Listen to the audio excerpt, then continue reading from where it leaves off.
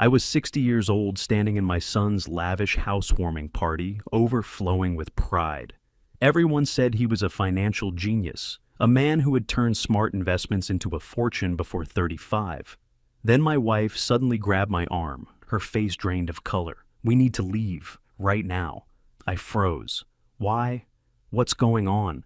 She didn't answer until we reached the car. With trembling hands, she opened her phone and whispered, "Didn't you see it?" I frowned. "See what?" When I looked at the photo she had taken upstairs, my heart nearly stopped beating. If you made it this far, thank you more than you know. Tell me in the comments what city or country are you watching from. That one detail means the world to me. This story contains fictional elements woven in for depth and educational value. Names and locations are not drawn from specific individuals, but the lesson underneath all of it is completely worth your time. 4 weeks before I sat in that federal courtroom in Fort Myers, watching a bailiff place his hands on my son's shoulders, I was standing in Garrett's driveway on Port Royal Drive, telling myself I had never been prouder of anything in my life. Port Royal is the kind of neighborhood that makes you slow down when you drive through it, even if you have no business being there. The houses sit back from the road behind iron gates, and rows of mature royal palms lit up at night, like something from a television show about people who have solved all their problems. Garrett's house and I still had trouble thinking of it as his house, even after he had walked us through every room twice. Was at the end of a curved private drive, 3 stories of white stucco and glass facing a canal that opened out toward the Gulf. I had looked up the property records 2 months earlier, the way a father does when he is trying to decide whether to feel proud or worried. The listing price had been $4,200,000. Garrett was 33 years old and ran a financial investment firm he had founded 4 years ago. I told myself it was possible. I told myself I had raised a brilliant son. Carolyn squeezed my arm as we walked toward the front entrance, her heels clicking on the imported stone pavers. She was wearing the blue dress she saved for occasions she wanted to remember, and her silver hair was pinned back the way she wore it when she was trying to look composed. She had been quieter than usual on the drive over which I had attributed to the traffic on US 41. "It's something, isn't it?" she said, and her voice carried something I could not quite name. Not quite admiration, not quite unease, but something hovering in the space between the two. "It really is," I said. The front door opened before we reached it, and there was Garrett, tanned and broad-shouldered in a charcoal linen jacket, his dark hair swept back, grinning, the way he used to grin when he was 8 years old and had just done something he wanted applause for. "Dad." He pulled me into a handshake that became a half-hug, the kind men do when they are not sure how much warmth the moment calls for. "Mom, you look incredible." Carolyn laughed and let him kiss her cheek. "You say that every time." "Because it's true every time." The foyer alone was larger than the living room of the house where I had raised him. A chandelier the size of a small car hung overhead, casting warm light across a marble floor. Somewhere deeper inside the house, a jazz quartet was playing something low and elegant. The smell of catered food drifted through from the back terrace, something with citrus and garlic and money. There were at least 80 people inside. Vivian appeared from the direction of the kitchen, moving through the crowd with the kind of effortless precision that I had always found slightly unnerving. She was Garrett's wife of 2 years, 31 years old, dark-haired with sharp green eyes that had a way of taking inventory of a room in the time it took most people to say hello. She was dressed in a deep burgundy gown that made everyone around her look like they were wearing the wrong thing. "Warren." She kissed my cheek, her perfume expensive and faint. "We're so glad you made it." "Wouldn't miss it," I said. She smiled, and her eyes moved past me to Carolyn and then back across the room toward Garrett, and the whole exchange lasted perhaps 4 seconds. I had learned in 2 years of being her father-in-law that Vivian processed information the way a surgeon operates, quickly, cleanly, without visible emotion.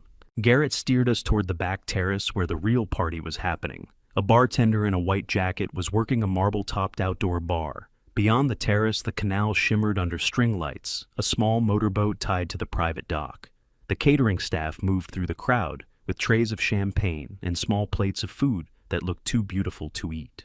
Garrett. A heavy-set man in his early 50s appeared at my son's elbow, clapping him on the shoulder with the enthusiasm of someone who had already had 2 glasses of champagne. "Absolutely stunning place, son. Absolutely stunning." "Howard Beale," the man said, turning to me and extending a hand. Howard was Garrett's next-door neighbor on Port Royal Drive, a retired commercial real estate developer from Atlanta who had relocated to Naples 7 years ago. He had the handshake of a man who had made his money the old-fashioned way and wanted you to feel it. "You must be the father, the famous Warren Holt." "If famous might be generous," I said. Howard laughed and pointed a finger at me. "Your boy talks about you constantly, says everything he knows about numbers he learned from you." He lowered his voice with the conspiratorial warmth of a man sharing a compliment. "Real credit to you, Warren, real credit." I thanked him. I watched Garrett across the terrace holding court in front of a semicircle of guests, his hands moving as he talked, his voice rising and falling, with the cadence of a man who had learned that confidence is its own form of currency. I caught fragments of what he was saying: algorithmic positioning, asymmetric return profiles the next 18 months in digital asset markets. My chest tightened in a way I could not immediately explain. I had spent 35 years as a certified public accountant in Naples, building a practice one client at a time, driving a sensible car, coaching Garrett's Little League team on Saturday mornings. I knew what real money looked like when it was built honestly. It looked like patience. It looked like boring decisions made carefully over a long time. $4 million houses at 33 did not look like patience. I pushed the thought away. I had pushed that same thought away 7 or 8 times in the past year, each time Garrett mentioned a new acquisition or a new round of investor interest. I was a 60-year-old man from a generation that distrusted its own doubts, and Garrett was my son, and I did not want to be the kind of father who poisoned his own pride with suspicion. Carolyn had drifted away from my side somewhere between the terrace and the indoor dining room. I assumed she had found someone she knew. I stayed on the terrace with Howard, half listening to his opinions about Gulf front property values, my eyes following Garrett as he moved from one cluster of guests to another, always at the center, always performing. It was 30 minutes later when I noticed Carolyn had not come back. I found her by the front staircase standing very still, with one hand pressed flat against the wall, as though the wall were the only thing keeping her upright. Her face had gone the color of old paper. Her other hand was pressed to her mouth. "Carolyn." I crossed the foyer in 6 steps and took her by the arm. Her skin was cold through the fabric of her dress. "What happened? Are you feeling sick?" She looked at me, and her eyes were doing something I had not seen in 35 years of marriage. They were asking me a question she did not know how to say out loud. "We need to go," she said. Her voice came out barely above a whisper. "Right now, Warren, we need to leave right now." "What are you talking about? The party just started. We can't just—" "Please." Her fingers wrapped around my wrist, and her grip was surprisingly strong for a woman whose hand would not stop shaking. "Please, right now." I looked back toward the terrace where Garrett was still laughing at something one of his guests had said. His jacket perfectly pressed his glass, raised his whole life, gleaming under the string lights, like a photograph taken at exactly the right moment. Then I looked at my wife's face again. I went to find our jackets. The gravel crunched under our tires as we pulled away from Garrett's driveway, and the glow of the party disappeared behind the gate like a curtain being drawn. I had told Garrett we were not feeling well. He had frowned and started to protest, and I had watched Carolyn smile at him with every muscle in her face while the rest of her was somewhere far away. She had kissed his cheek. She had said the house was beautiful. She had walked to the car without looking back. I drove 3 blocks before I could not stand it anymore. "Carolyn." I kept my eyes on the road, but reached across the console and touched her arm. Her skin was still cold. "Talk to me. What is going on?" She had both hands pressed flat against her thighs, fingers spread the way she did when she was trying to stop them from shaking. She was staring straight ahead at the dark road, her jaw tight, her breathing shallow and deliberate, like someone counting each breath to make sure it kept coming. "Give me a minute," she said. "You're scaring me." "I know. Give me a minute." I turned onto Gordon Drive and pulled into the parking lot of a closed flower shop cutting the engine. The streetlight overhead cast a pale yellow glow across the dashboard. Outside, the neighborhood was quiet, the kind of quiet that Naples gets late on a Friday when the tourists are in the restaurants and the residents have gone to bed. I turned in my seat to face her. "Carolyn, please." She turned to look at me, and what I saw in her face made my stomach drop. In 35 years of marriage, I had seen Carolyn frightened exactly twice: once when Paige had fallen off a horse at age 11, and once when her mother had called at midnight with bad news. This was a third time. This looked worse than the other 2. I went upstairs, she said. Her voice came out thin and careful, like she was testing the weight of each word before she put it down. I was looking for the powder room. I went down the wrong hallway. Okay. The door to his office was open, not all the way, just a few inches, and I could see his desk. She stopped. Her throat moved as she swallowed. There was a folder on the desk, a thick one with a label on the tab. It said, Apex Horizon Active Client Portfolio, Q 12025. That's his company, I said. That's not unusual for someone who works from Warren. The way she said my name stopped me cold. She opened her purse and took out her phone with hands that were visibly trembling, now the phone rattling softly against her rings. I took a picture because something felt wrong and I did not know why, and I needed to be able to look at it again. She turned the screen toward me. Look at the second page. I took the phone from her. The image was slightly blurry at the edges, taken quickly at an angle the way you photograph something when you are afraid of being caught. But the center of the image was clear enough. It was a client list. Names in one column, ages in another, investment amounts in a third. I scrolled through the names with my thumb. Dorothy Winslow, age 74. Margaret and Eugene Phelps, ages 71 and 73. Chester Braddock, age 68. United States Army, retired. Lorraine Beckett, age 71, widow. Every single name on the list belonged to someone over the age of 65. Every single investment amount was in six figures. Keep scrolling, Carolyn said. Her voice cracked on the second word. I kept scrolling. And then I stopped. The name was halfway down the third page, listed between a retired schoolteacher from Bonita Springs and a widow from Marco Island. The letters seemed to rise off the screen toward me. Roland Chambers, age 64, U.S. Army, retired. Investment amount, $340,000. The phone felt suddenly very heavy in my hand. Roland Chambers had been my closest friend since 1984, when we had spent 8 weeks in the same barracks at Fort Bragg, North Carolina, eating bad food and complaining about the same sergeant and discovering that we had grown up 40 miles apart without ever meeting. We had stayed in touch through 2 deployments, through Roland's divorce and my wedding, through the years when life pulls men in different directions, and friendship becomes a matter of phone calls and the occasional dinner at the VFW Hall on Airport Road. 3 weeks ago, at that same VFW Hall, Roland had told me he had finally found a smart way to invest his retirement savings. He had been so proud. He had smiled the way men smile when they feel like they have finally figured something out. Warren. Her voice broke on my name, barely holding together. How did we not see this coming? The words hit me like something physical. I looked up from the phone. How long has that folder been on his desk? I asked. My own voice came out strange to me, flat and hollow, like a recording of itself. I don't know. How many pages were in it? At least 20. She pressed her fingers to her mouth. Her eyes were filling. Warren, those are all elderly people, retired people, widows, veterans, and Garrett's name is nowhere on that folder. But on the front page at the top, it says Senior Financial Advisor. She took a breath that shuddered going in. It says your name, the flower shop parking lot, the pale yellow streetlight, the sound of Carolyn breathing. I looked back down at the phone. At the top of the first page in clean professional type, it read, Apex Horizon Capital LLC, Senior Financial Advisor, Warren Holt, CPA. My name, my professional designation. My 35 years of reputation in this town, attached to a document I had never seen, for clients I had never met, for a fund I had never reviewed. He used your name, Carolyn whispered. Her voice dissolved at the end, and she pressed both hands over her face, her shoulders beginning to shake. He used your name, Warren, to get those people to trust him. I reached over and put my arms around my wife. She leaned into me and cried the way adults cry when they do not want to, in short, desperate bursts, trying to hold it back and failing.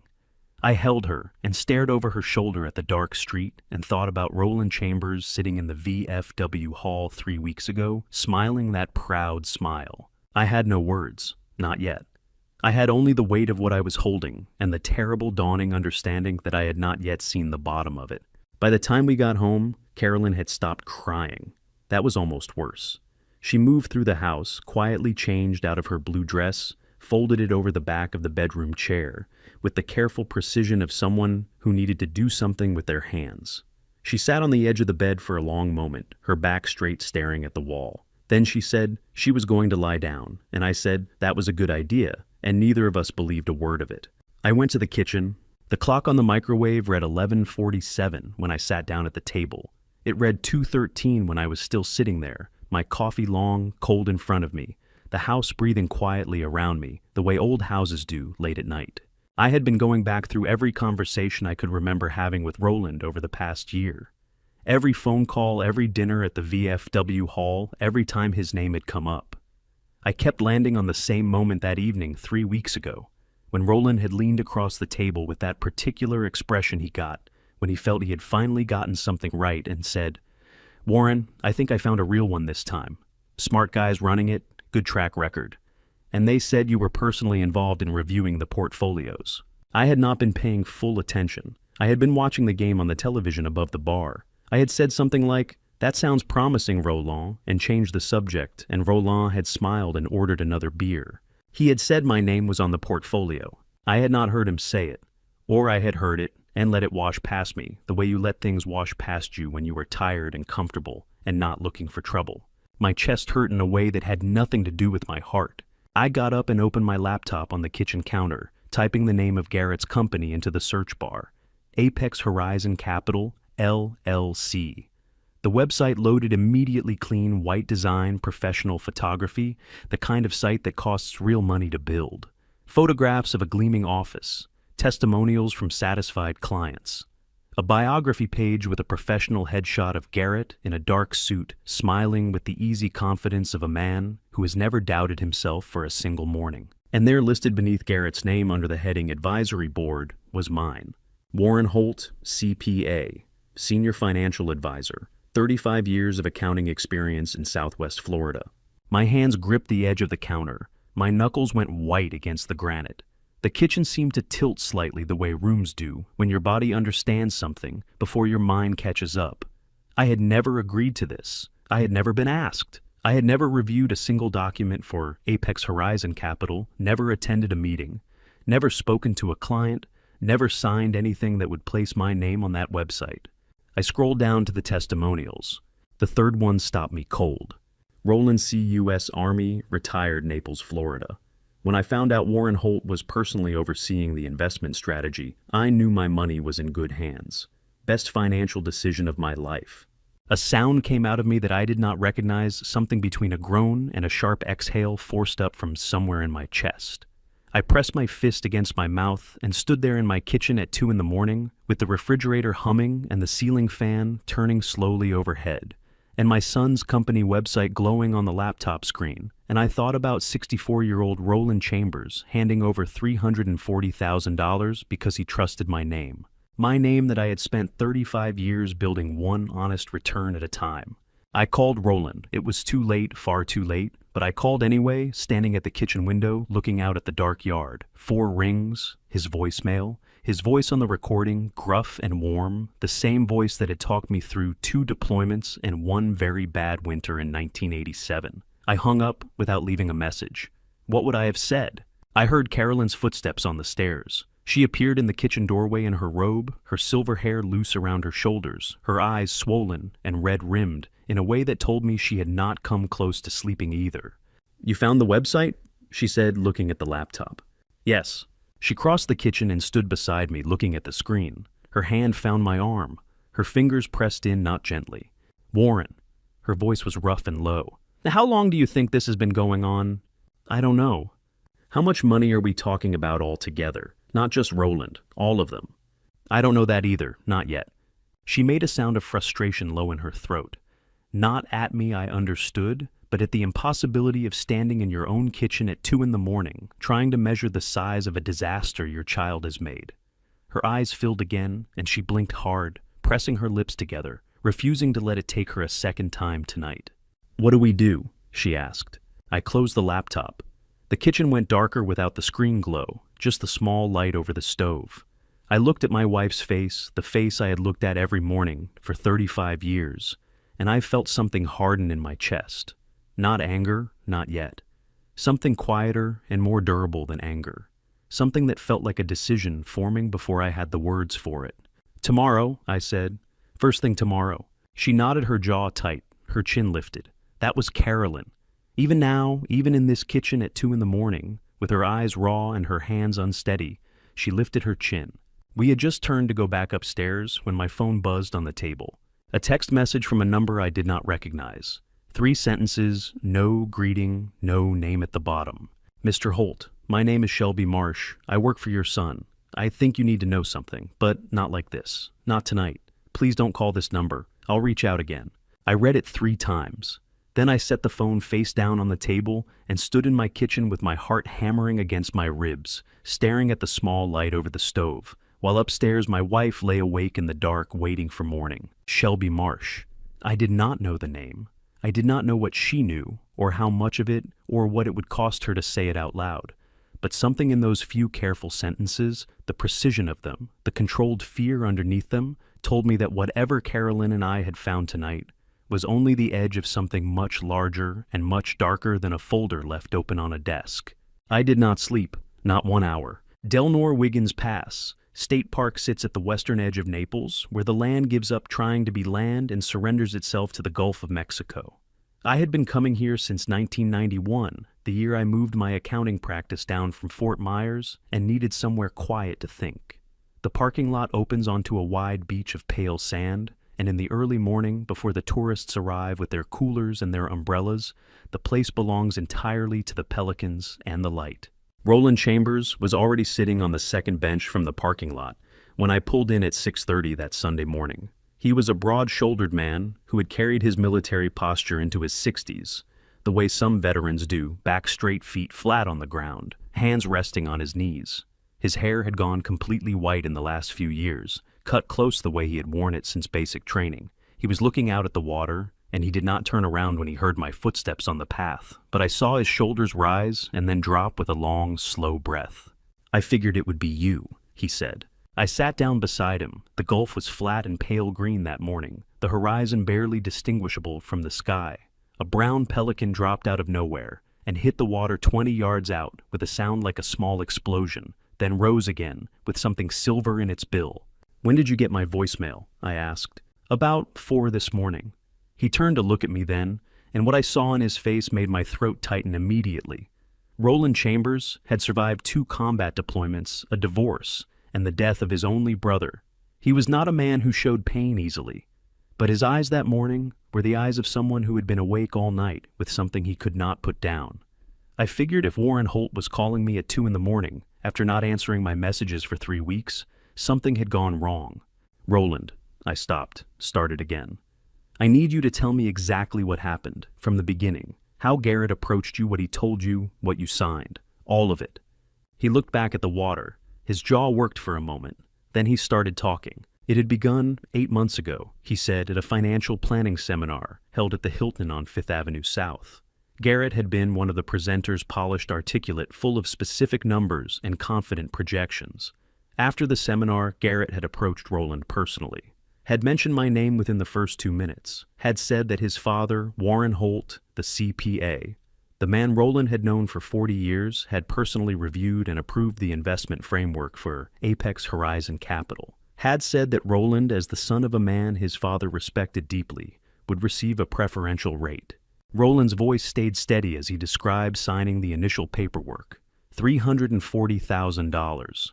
Every dollar of his military retirement savings accumulated over 30 years of service transferred into an Apex Horizon investment account in October of last year. For the first 4 months, the returns came in exactly as promised, he said. His voice dropped half a register. 11% quarterly. I started telling Chester about it. Chester Braddock, we served together at Bragg, you might remember him. I told him it was the smartest thing I had ever done with my money. I remembered Chester. Quiet man built like a fireplace, had taken a piece of shrapnel in his left shoulder in 1991 that still set off metal detectors. And then February, like I said. And then February. Roland's hands, which had been resting calmly on his knees, slowly curled into fists. The returns stopped. Garrett told me it was a temporary liquidity adjustment. Technical language.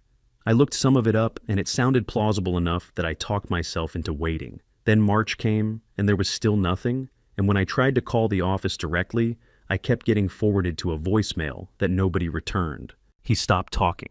A wave came in and pulled back across the sand with a long hiss. And I'm Warren.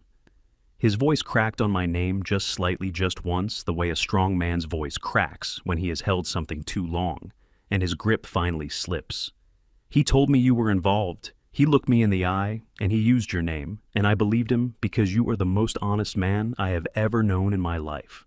34,000 days I have known you, and you have never once given me a reason to doubt you. Something broke open in my chest. Not dramatically, no sudden flood of feeling, nothing that looked the way grief looks in the movies. Just a slow, deep crack running through something I had not known was load-bearing until it gave way. My eyes burned. I pressed my fingers against my mouth and breathed carefully through my nose and looked out at the gulf and let the burning happen. I trusted your name, Warren, Roland said. Not your son, your name. The pelican came back, landed on a piling 20 feet away, and folded its wings with the unhurried dignity of a creature that had no idea what was happening on the bench behind it. When I could speak again, I said, "How much does Chester know?" "Enough. He put in 180,000. His disability compensation from the VA, 30 years of it." Roland turned to look at me directly, and his eyes were red now. Not with tears exactly, but with the specific redness of a man who has been fighting tears for several hours. "There are others too. I don't know all the names, but I know Lorraine Beckett is in it. She came to the same seminar. I introduced her to Garrett myself." Lorraine Beckett. The name landed in my stomach like a stone dropped into still water. I stood up from the bench. My legs felt uncertain under me, the way legs feel after a long flight when the ground seems slightly wrong. I reached down and gripped Roland's hand with both of mine, the handshake we had used since Fort Bragg, the one that meant more than a handshake. "I am going to fix this," I said. My voice came out rough and low, and absolutely certain in the way that only the worst moments make you certain. "Whatever it takes, I am going to fix this."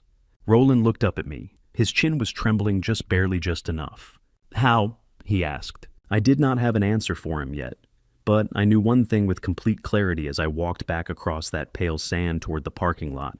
I needed Elliot. I needed him today. I needed him before another hour passed. I got in the car and drove. Elliot Marsh had been my attorney for 22 years, since the afternoon I sold my accounting practice, and needed someone to sit across a table from me and make sure I did not sign anything I would regret. His office was on the second floor of a building on 5th Avenue South, above a wine shop that had been there as long as I could remember. The staircase creaked on the 4th step the way it always had. The reception area smelled of old paper and coffee that had been sitting on the burner too long. Some things in Naples do not change, and I had always found that reassuring. His receptionist, a composed woman named Beverly, who had worked for Elliot for 15 years, and had heard everything twice, looked up when I came through the door. "Mr. Holt." She read my face in approximately 1 second. "I'll let him know you're here." Elliot came out of his office before she finished reaching for the phone. He was a compact, careful man of 55, with reading glasses pushed up on his forehead, and the unhurried manner of someone who had learned long ago that urgency was best expressed quietly. He took one look at me, standing in his waiting room on a Sunday afternoon, in the same clothes I had been wearing the night before, and said without preamble, "Come in and close the door." I sat down across from his desk and told him everything. I did not summarize or soften any of it. I told him about the folder on Garrett's desk, about the client list, about Roland and Chester and Lorraine Beckett. I told him about the website, about my name listed as senior financial advisor on an investment firm I had never worked for. I told him about Roland sitting on that bench at Delnor Wiggins that morning, his hands curled into fists, his voice cracking on my name. Elliot listened, the way good lawyers listen, completely still. No expression, a yellow legal pad in front of him, on which he wrote almost nothing. When I finished, he set his pen down and looked at the ceiling for a moment, and then looked back at me. "All right," he said. "I need to tell you several things, and I need you to hear all of them before you respond. Go ahead. The first thing is that what you have described, if it is accurate, constitutes multiple serious federal crimes." He held up one finger.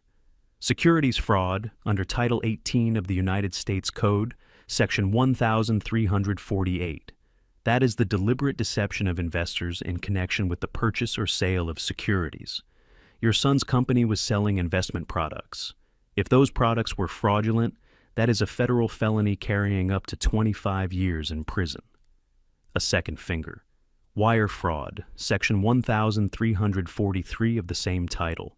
Every email, every phone call, every electronic transfer used to advance the scheme constitutes a separate count of wire fraud. Each count carries up to 20 years. A third finger. Elder financial abuse under Florida Statute 825.103.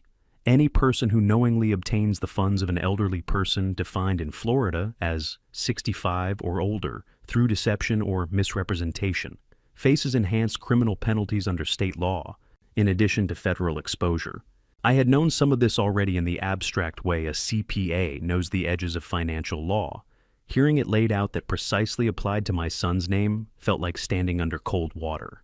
The second thing, Elliot continued, is that you cannot investigate this yourself. I want to be very direct with you, Warren. If you start approaching witnesses, collecting documents, accessing financial records, or confronting anyone involved, you risk being charged with obstruction of justice or tampering with evidence. Both are federal crimes. Both would destroy any case against Garrett and potentially expose you to prosecution as well.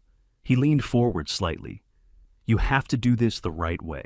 Whatever evidence comes to you voluntarily, things people choose to show you documents that are already in plain sight, that is legitimate. But you cannot go looking. What about my name on that website? That is identity fraud and unauthorized use of professional credentials. We will address that separately, but right now, the priority is the investor funds. He picked up his pen again. You mentioned a friend in federal law enforcement, Conrad Yates. We served together. He spent 30 years with the FBI. He retired 2 years ago, but he still has contacts in the white-collar crime division of the Miami field office. Elliot nodded slowly. If what you are describing is accurate, this needs to go to the FBI, not local law enforcement. Wire fraud and securities fraud involving multiple states and offshore accounts fall under federal jurisdiction. Conrad is the right channel. He paused. But before you contact him, we need something more concrete than a photograph of a client list. We need evidence of actual fraudulent transactions. I opened my mouth to respond, and at that precise moment, Elliot's computer chimed with an incoming email. He glanced at it, and something changed in his face, not dramatically, but enough for me to notice. He read it twice. Then he turned the monitor so I could see the screen. The email was from an address I did not recognize, sent 40 minutes earlier. The subject line read, Urgent Apex Horizon. The body of the email was 4 sentences long. My name is Shelby Marsh. I am an employee of Apex Horizon Capital. I am contacting you because I found your name listed as Warren Holt's attorney of record in a county filing. I believe you and your client need to know that Vivienne Holt signed a wire transfer authorization this morning for $2.1 million to an account at a bank in the Cayman Islands. The transfer is scheduled to execute within 72 hours. I stared at the screen. The number sat in the middle of that sentence like a stone through glass. $2.1 million, 72 hours.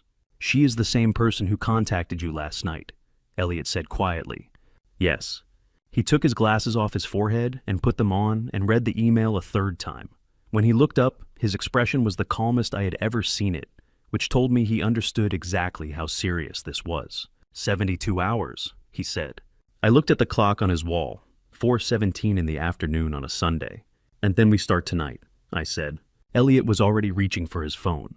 I came home to find her sitting at the kitchen table with both hands wrapped around a cup of tea that had gone completely cold. She had changed out of the clothes she had worn to Garrett's party, and her silver hair was loose around her shoulders, and she looked smaller than I had seen her look in a long time, the way people look when they have been carrying something alone for hours, and the weight of it has finally started to show in their posture. She looked up when I came through the door. Her eyes went straight to my face, reading it the way she had read my face for 35 years, and whatever she found there made her set the cup down carefully on the table. Sit down, Warren, she said. I need to tell you something. I pulled out the chair across from her and sat. Outside the Pelican Bay neighborhood was quiet in the Sunday evening dark. A neighbor's sprinkler system kicked on somewhere down the street, a small, ordinary sound that felt surreal against everything else. I signed something, Carolyn said. Her voice was steady in the deliberate way that voices are steady when their owner is working very hard to keep them that way. 8 months ago, Garrett came to the house on a Tuesday afternoon while you were at your golf game. He had a folder of documents with him, and he was in a good mood the way he gets when he wants something and thinks he is about to get it. I did not say anything. I watched her face. He said he wanted to set up a surprise for your birthday. An investment account in your name as a gift, something he had been planning for months. She pressed her lips together. He had a stack of papers, and he said most of it was just standard financial authorization forms. He walked me through them quickly. Here, sign this one initial, here, date there. I asked him what each one was, and he explained them all, except one. What was the one he did not explain? Carolyn's hands came up and pressed flat against her cheeks, her fingers trembling visibly now against her skin. Her eyes filled, and she blinked hard, refusing to let the tears fall yet. I found it last night after we got home, she said. I went through my files looking for anything with Garrett's name on it, anything I had ever signed, and I found a copy I had made without thinking the way I always make copies of everything, because your father taught me to. Her voice cracked on the last sentence. Warren, it was a limited power of attorney. It authorized Garrett to execute financial transactions and sign investment documents on your behalf, as your designated representative. The kitchen felt very still. A limited power of attorney is a legal document that grants another person the authority to act in someone's name for specific financial purposes. It is a legitimate instrument used every day in estate planning and business dealings. In the wrong hands attached to a fraudulent investment scheme, it is the mechanism by which an innocent man's name and professional reputation can be used to authorize transactions he never approved, with clients he never met, for amounts he never agreed to. My son had walked into my kitchen 8 months ago and talked my wife into signing over my legal authority while I was playing golf. Carolyn! I stood up from my chair, and the movement was abrupt enough that she flinched slightly, her shoulders pulling in. I walked around the table and crouched down beside her chair so that my eyes were level with hers. I took both her hands in mine. They were ice cold and shaking. Look at me. Look. She looked at me. Her eyes were overflowing now, 2 tracks running silently down her cheeks, her jaw clenched tight. This is not your fault, I said. Do you hear me? This is not your fault. He is our son, and you trusted him, and he deliberately deceived you. That is on him, not on you, not for 1 second. A sound came out of her that was not quite a sob, and not quite a word, something from deeper down than either something that had been building since the parking lot of that flower shop the night before. She pressed her forehead against my shoulder, and her whole body shook with it, her fingers gripping my hands so hard I could feel every knuckle. I held on. I did not let go. When she finally pulled back and pressed her sleeve against her eyes, I straightened up and went to the counter and called Elliot. He answered on the second ring, which told me he had been expecting the call. There is a power of attorney, I said. Limited. Carolyn signed it 8 months ago. She did not know what it was. A pause. Do you have a copy? She does. Bring it to me tomorrow morning first thing. This is actually important, Warren. It tells us how he was executing transactions in your name without raising red flags at the brokerage level. It also means Carolyn needs independent legal representation. I can refer her to someone tonight if necessary. Another pause. She is not in criminal exposure here. Lack of informed consent and fraudulent inducement are strong defenses. But we need to document everything she remembers about that conversation. I thanked him and ended the call. Carolyn was watching me from the table, her hands wrapped around the cold cup. Again, her eyes still wet, but her chin lifted now. Elliot says you are not in any legal trouble, I said. He's going to help. She exhaled long and slow, like a breath she had been holding for 8 months. Warren. Her voice was hoarse and very quiet. What is going to happen to Garrett? Before I could answer, my phone rang on the counter. I looked at the screen, our daughter's name. Paige was 28 years old, the younger of our 2 children, a sharp and straight-speaking young woman who worked as a hospital administrator and had inherited her mother's habit of making copies of everything and her father's habit of noticing when numbers did not add up. She and Garrett had always been close in the complicated way that siblings are close when one of them is watching the other more carefully than the other realizes. I picked up. Paige, Dad. Her voice was tight and urgent the way it gets when she has been sitting on something for too long. I have been going through some boxes in my spare room. Things Vivian left at my place last Thanksgiving when they came for dinner. A box of her old files she said she would pick up and never did. A short breath. Dad, I found something. You need to come see it. Tonight if you can. I looked at Carolyn across the kitchen. She raised her eyebrows slightly, reading the tension in my posture the way she always did. I am on my way, I said. Paige met me at the door of her apartment on Goodlet Frank Road, before I had finished climbing the stairs, holding a manila envelope against her chest, with both arms the way you hold something you are not sure whether to open or throw into the gulf. Her hair was pulled back, and she was wearing the oversized sweatshirt she had owned since college, which told me she had been home for hours working herself up to this phone call. Her jaw was set in the particular way that meant she had already made up her mind about something, and was waiting to see if I would agree. "Come in," she said. "I made coffee. You look like you need it." Her apartment was small and neat in the way that organized people keep small spaces. Everything in its place, a row of label binders on the shelf above her desk, a single plant on the windowsill that was actually alive.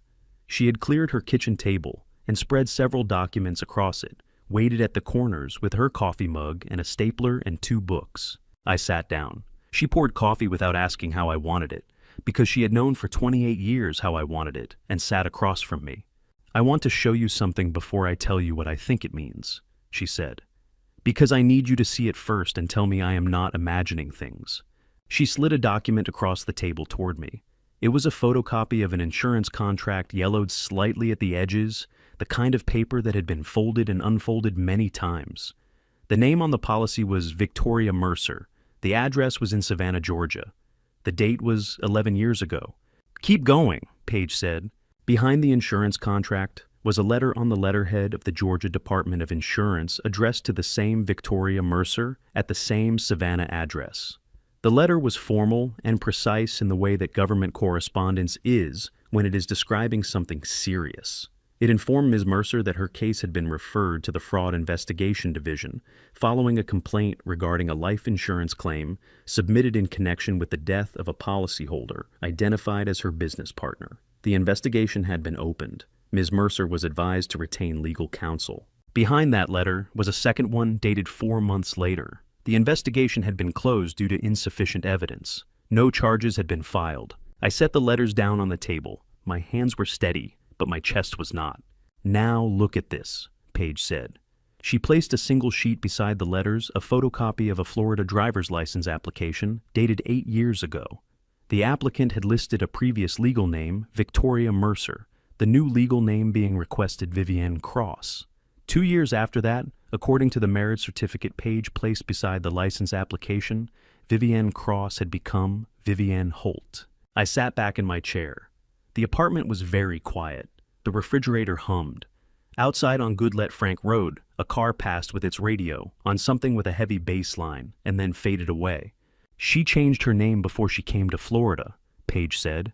Her voice was controlled, but her eyes were bright with anger.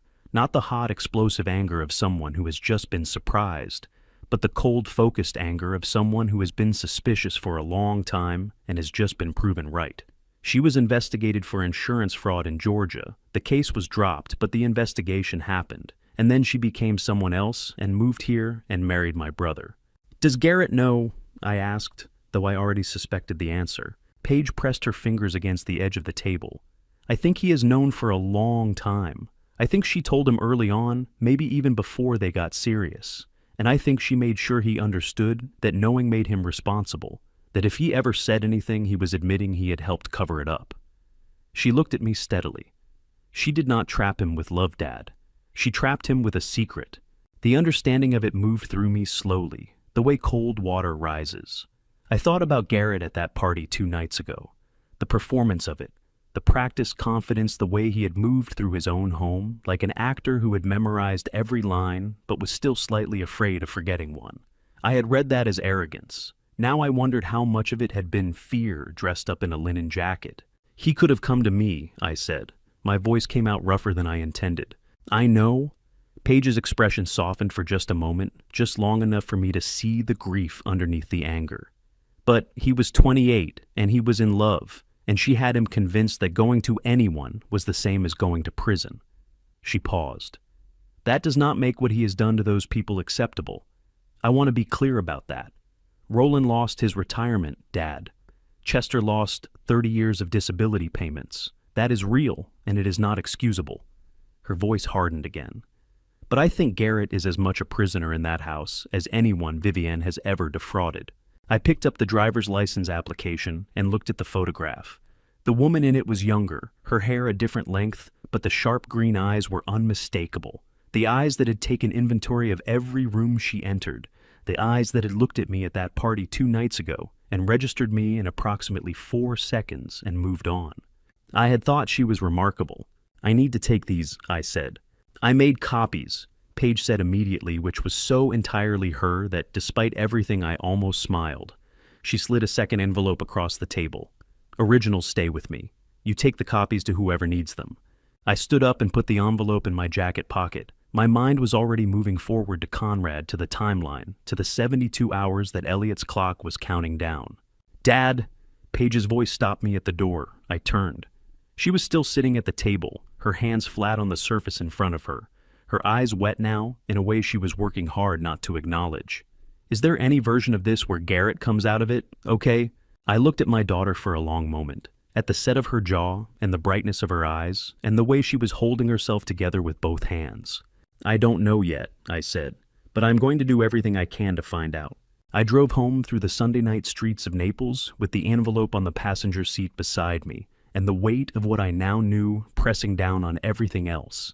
Vivian Cross, Victoria Mercer. 2 names for one woman and a closed investigation that had not stopped her, only relocated her. And Garrett somewhere in the middle of all of it, trapped by a secret he had been carrying alone for years. I did not forgive him. Not yet. But I understood him finally in a way I had not that morning. Before I tell you what I decided to do next, comment the word "ready" below so I know you are still with me. Because what happened in the next 48 hours changed everything, and I want to make sure you are here for it. A gentle note: the story ahead contains some fictional elements crafted for depth and reflection. If that is not something you want to hear, this is a perfectly fine place to step away. No hard feelings at all. I had rehearsed it in the bathroom mirror that morning, which was not something I had done since the one time Carolyn had talked me into performing a reading at our church's Christmas program in 2009. The slight forward tilt of the shoulders, the half-second delay before answering, as though the words needed a moment to travel from somewhere further back in the mind. The expression of a man who is pleased with himself for remembering something useful. 60 years old is close enough to convincing if you commit to it. Elliot had spent Monday working through the legal architecture of what he called the controlled information operation.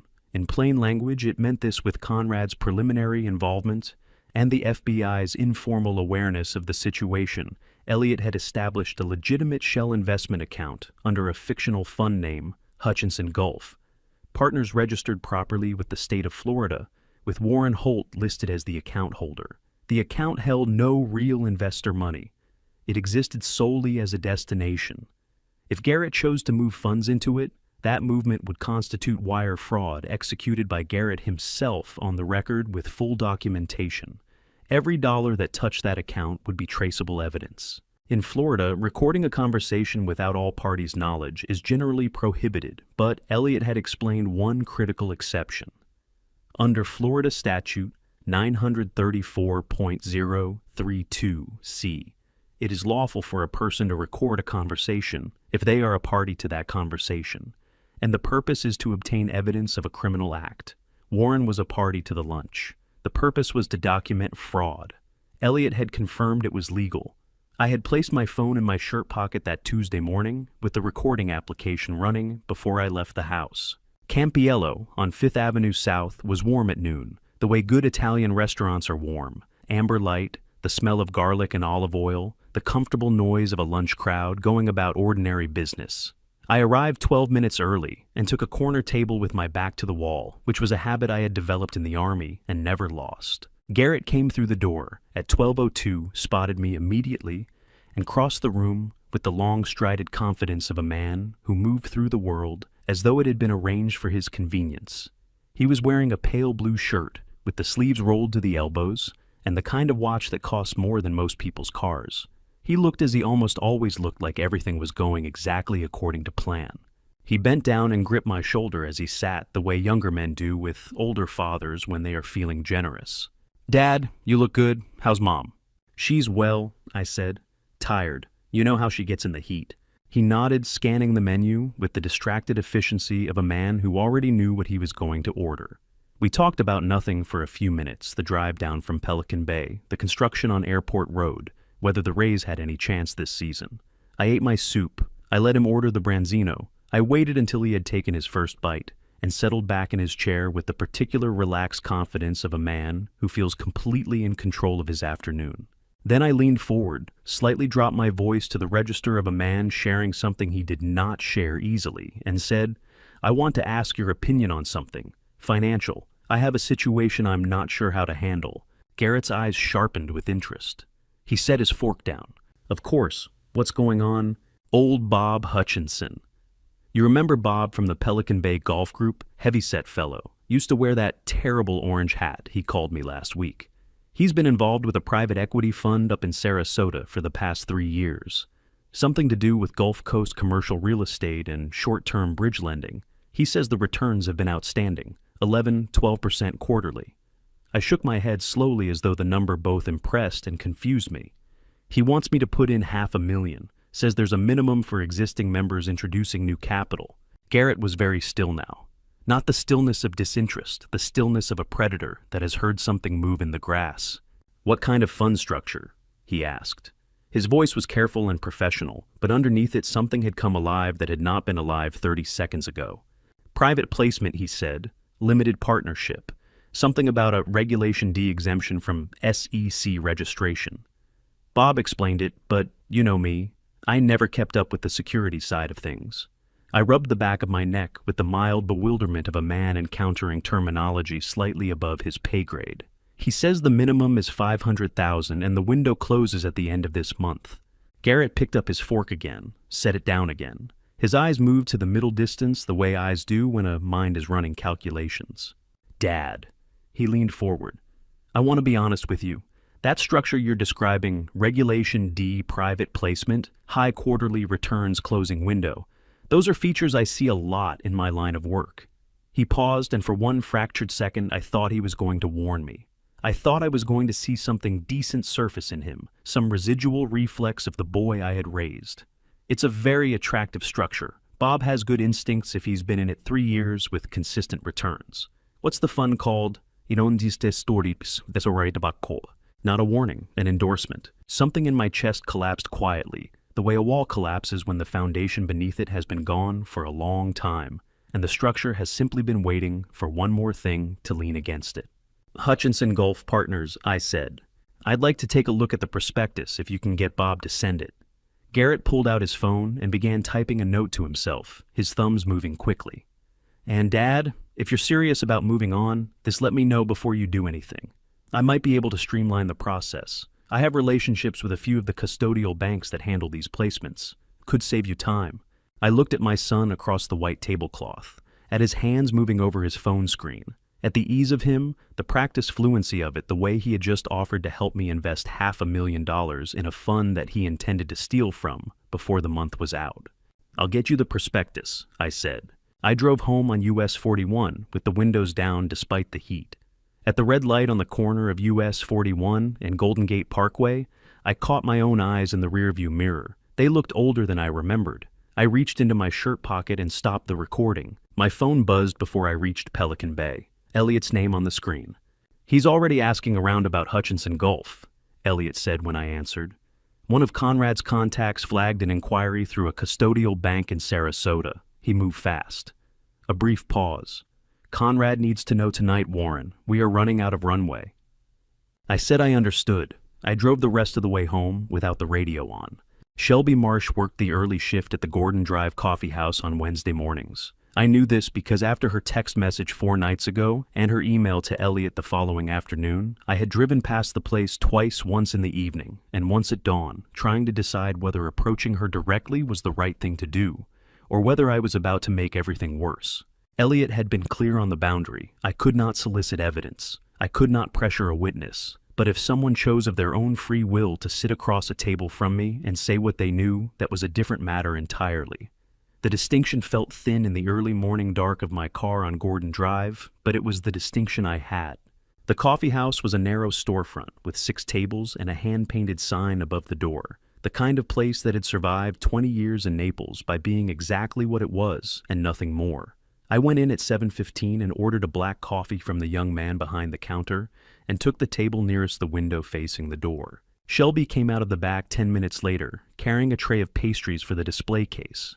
She was 26 years old, slight and dark-haired, with the kind of careful posture that people develop when they have spent a long time trying not to take up too much space. She was wearing the coffeehouse apron over a gray blouse, and when she looked up from the display case and saw me sitting at the window table, the color left her face so completely and so quickly that the young man behind the counter took a step toward her. She recovered. She set the tray down. She told her colleague she was taking her break and came to my table and sat down across from me without being asked, which told me she had been expecting this moment and had decided at some point between her text message and this morning that she was going to see it through. "Mr. Holt," she said. Her voice was steady, but her hands folded on the table in front of her were pressed together too tightly. "Thank you for sitting down," I said. "You did not have to." "I know." She looked out the window at Gordon Drive for a moment, at the morning traffic, at the ordinary Wednesday world going about its business. Then she looked back at me. "How much do you know?" "Enough to understand what is happening, not enough to stop it before that wire transfer goes through." Something moved across her face, not quite relief, not quite fear, but the expression of someone who has been carrying a secret long enough that having another person acknowledge it out loud feels like putting down a very heavy bag. "I have worked for Apex Horizon for 14 months, she said. "I was hired as an executive assistant, which in practice meant I handled correspondence, prepared client documents, and managed the filing system for both the client accounts and the internal transaction records." She paused.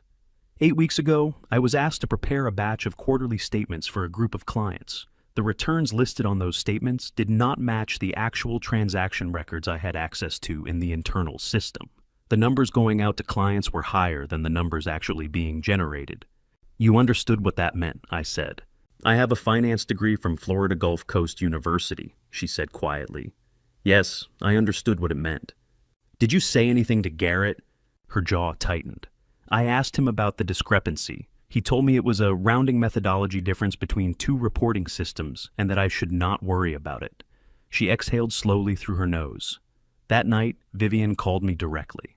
On my personal cell phone, which I had never given her.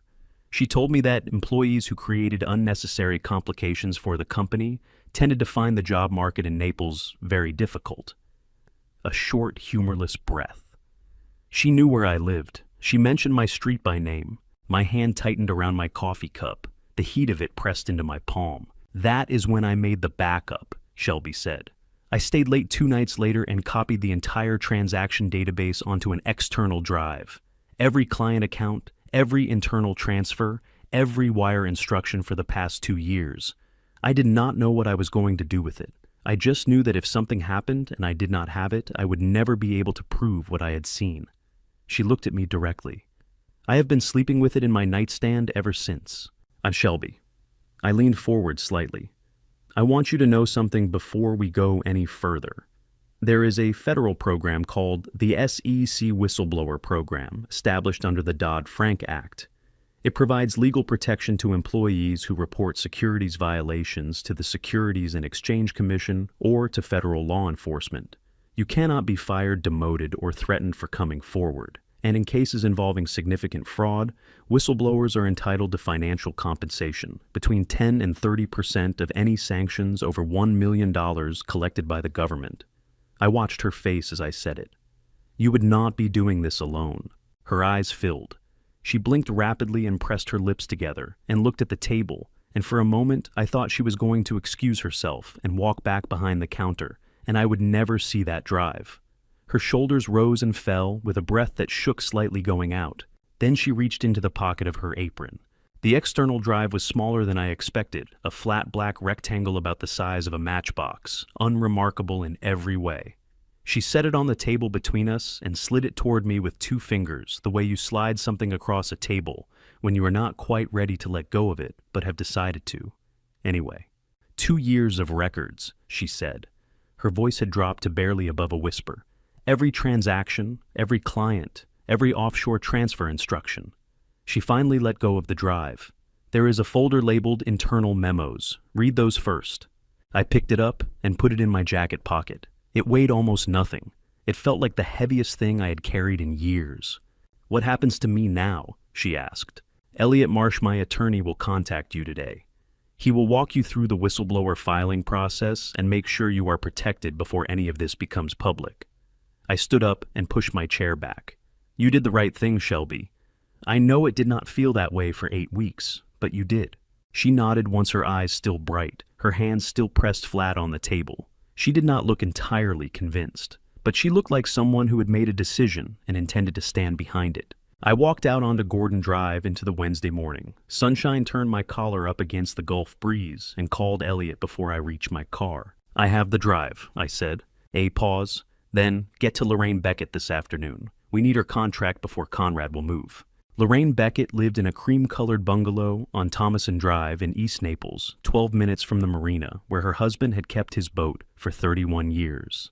I had looked up the address through the county property records, which was public information, and therefore something Elliot had not told me I could not do. The flower boxes under the front windows were empty. The welcome mat on the porch was faded to the point where the original pattern was no longer distinguishable. These were the details of a house that had gotten smaller after someone left it. I sat in my car at the curb for 2 full minutes before I got out.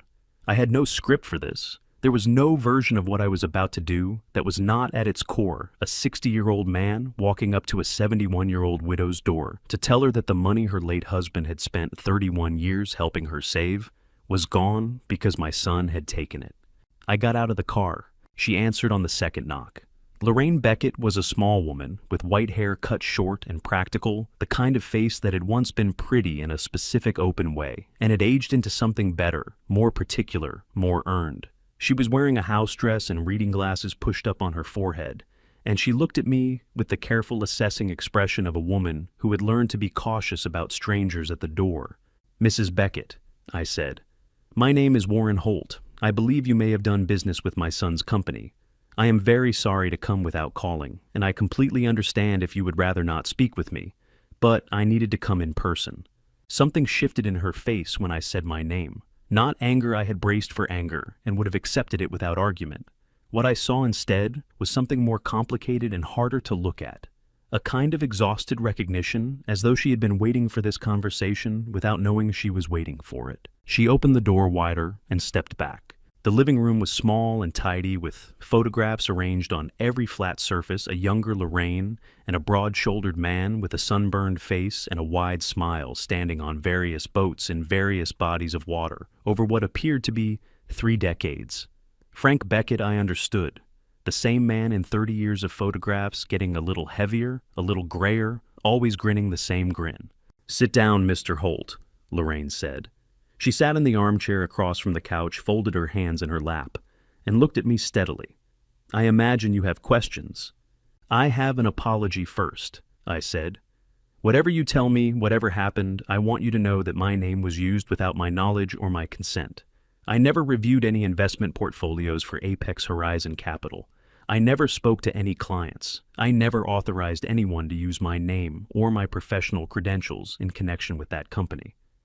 My voice roughened on the last sentence, and I let it roughen because smoothing it over would have been its own kind of dishonesty. "I am deeply, profoundly sorry that my name was part of what brought you to this." Lorraine looked at me for a long moment. Her hands stayed folded in her lap. Her expression did not break. "Frank died in April of 2021, she said. "Pancreatic cancer, 6 weeks from diagnosis to the end." She said it the way people say things they have said many times, not without feeling, but with the particular economy of someone who has learned to carry the weight of it in a smaller space. He had a life insurance policy he had paid into for 28 years, $215,000. He used to say it was his gift to me that I would never have to worry. She paused. He also had his father's watch, which he sold when Garrett was a teenager to help us through a hard year. He always said the only thing he kept was his wedding ring, because some things are not for selling. I sat very still on her couch. Outside, a mockingbird was singing in the bottlebrush tree beside the porch, cycling through its repertoire with the tireless invention that mockingbirds have. "I invested the insurance money because I did not want to be a burden," Lorraine continued. "My daughter is in Atlanta. My son is in Seattle. They have their own lives and their own children, and I did not want to be the mother who called asking for help with the electric bill when she was 80. Her chin came up slightly. "The young man from Apex Horizon called me in September. He said Warren Holt had personally approved the investment strategy. I knew your name, Mr. Holt. Everyone on this side of Naples knows your name. You did my friend Dorothy Winslow's taxes for 15 years, and she never stopped talking about how honest you were. Something twisted in my chest so sharply that I had to breathe through it. The front door opened without a knock, and a heavy-set woman in her early 70s came in, carrying a casserole dish covered in foil, stopping dead when she saw me sitting on the couch. Dolores, Lorraine said, with the patient tone of a woman accustomed to her neighbor's unannounced arrivals. This is Warren Holt. He has come to speak with me about the investment. Dolores Marsh, no relation to Shelby, I would later learn, was Lorraine's next-door neighbor of 14 years, and the person who had attended the Apex Horizon seminar with Lorraine the previous September, and introduced her to Garrett Holt afterward. She stood in the doorway with the casserole dish in both hands, and her face crumpled like paper being crushed from the inside. "Oh, Lorraine," she said, her voice breaking completely. "Oh, I am so sorry. I am so sorry. I thought it was legitimate. I thought because of Warren Holt's name, it was safe. I never would have introduced you if I had thought for one single second. Dolores." Lorraine's voice was firm and quiet. "Come and sit down. It is not your fault. We have had this conversation." Dolores sat on the far end of the couch and pressed the back of her hand against her mouth and breathed carefully, her eyes overflowing, despite her efforts to stop them. She had introduced her closest friend to the people who had stolen her security, and that fact was going to live in her for a long time, regardless of what I said. Lorraine stood up and went to the kitchen and came back with a manila folder. She held it out to me. "The contract," she said. "Frank always told me to keep my paperwork. I kept everything." Her hand was steady as she extended it. "If this helps you do whatever it is you are trying to do, Mr. Holt, then please take it." I took the folder. Inside was a signed investment contract on Apex Horizon capital letterhead, witnessed and notarized with Lorraine's signature at the bottom, and the amount printed in clear type, $215,000. Frank Beckett's 28 years of payments, his gift to the woman he had decided not to leave alone. I stood up. My legs were not entirely steady under me, but I stood. "I am going to do everything in my power to get this money back," I said. "I cannot promise you a timeline. I cannot promise you a specific outcome. But I want you to know that this is the reason I am doing what I am doing, and I will not stop until it is done." Lorraine looked up at me. Her eyes were dry. Her hands were folded. She had the stillness of someone who had already survived the worst thing and knew that stillness was how you did it. "I believe you," she said simply. I drove away from Thomason Drive with the contract on the passenger seat beside the external drive from Shelby, and I thought about Frank Beckett's wedding ring and the mockingbird in the bottlebrush tree and the way Lorraine had said, "I believe you," with no qualifier, no hesitation, no condition attached. It was the most frightening thing anyone had said to me in years. The sun was sitting low over the Gulf when I pulled into Delnor Wiggins for the second time that week, painting the water in shades of copper and rose that would have been beautiful under any other circumstances. I had been here 4 days ago at dawn with Roland. It felt like 4 months. Conrad Yates was already on the bench when I came down the path, the second bench from the parking lot, the same one Roland had occupied on Sunday morning, which struck me as the kind of coincidence that is not really a coincidence at all, but simply the way that certain places accumulate the weight of important conversations over time. He was a broad man of 61, with white hair cropped close and the particular stillness of someone who had spent 30 years in federal law enforcement, learning that patience was not a virtue, but a tool. He was heavier than I remembered from the last time I had seen him at a retirement dinner 2 years ago, and his hair had finished going white since then. But he sat the way he had always sat, feet flat back, straight hands resting on his thighs, eyes on the middle distance. He did not turn around when he heard my footsteps on the path. "You look terrible," he said. "It has been a difficult week," I said, and sat down beside him. We had met in the fall of 1984 at Fort Bragg, North Carolina, assigned to adjacent bunks in the same barracks for 8 weeks of advanced training. Conrad had gone on to a career in the Army's Criminal Investigation Division before transitioning to the FBI's white-collar crime unit in the Miami field office, where he had spent the better part of 3 decades investigating financial fraud, securities, manipulation, and money laundering. He had retired 2 years ago, with the particular combination of exhaustion and restlessness that comes from spending a lifetime looking at the worst things people do to each other for money. He still had contacts throughout the Miami field office and the SEC's Atlanta regional office, and more importantly, he still had the instincts. I placed the external drive on the bench between us. Beside it, I put the copy of Lorraine's signed investment contract, the photographs of Vivian's Georgia documents that Paige had prepared, and a printed summary Elliot had prepared of the power of attorney situation with Carolyn. Conrad looked at the items on the bench the way a doctor looks at a set of symptoms, systematically without rushing, starting from the outside and working inward. He picked up the investment contract first and read it completely. Then the Georgia documents, then the summary. He turned the external drive over in his hand once and set it back down. He said nothing for a full minute. The Gulf moved in the way it moves at dusk, slower, darker, with less of the cheerful sparkle of midday, and more of the weight of all the water that lay beyond the horizon. "Walk me through the timeline," he said finally. "Everything. Start from the party on Friday night." I walked him through it, all of it from the moment Carolyn had appeared at the bottom of Garrett's staircase with her face the color of old paper, through Roland at this same bench on Sunday morning, through Elliot's office and the 72-hour warning, through Carolyn's kitchen confession, through Paige's apartment, and the Georgia files through the recording at Campiello, through Shelby's coffee house, and the drive she had placed on the table with 2 fingers through Lorraine's living room, and Frank Beckett's 28 years of insurance payments. Conrad listened without interrupting. When I finished, he was quiet again for a moment. Then he reached over and picked up the external drive a second time. "This drive," he said, "if it contains what the Marsh girl says, it contains 2 years of internal transaction records, offshore transfer instructions, client account data that is potentially the most significant single piece of evidence in this entire matter." He set it down. "I am going to need to get this to the forensic accounting team at the Miami field office tonight. They can begin authentication and extraction immediately." He paused.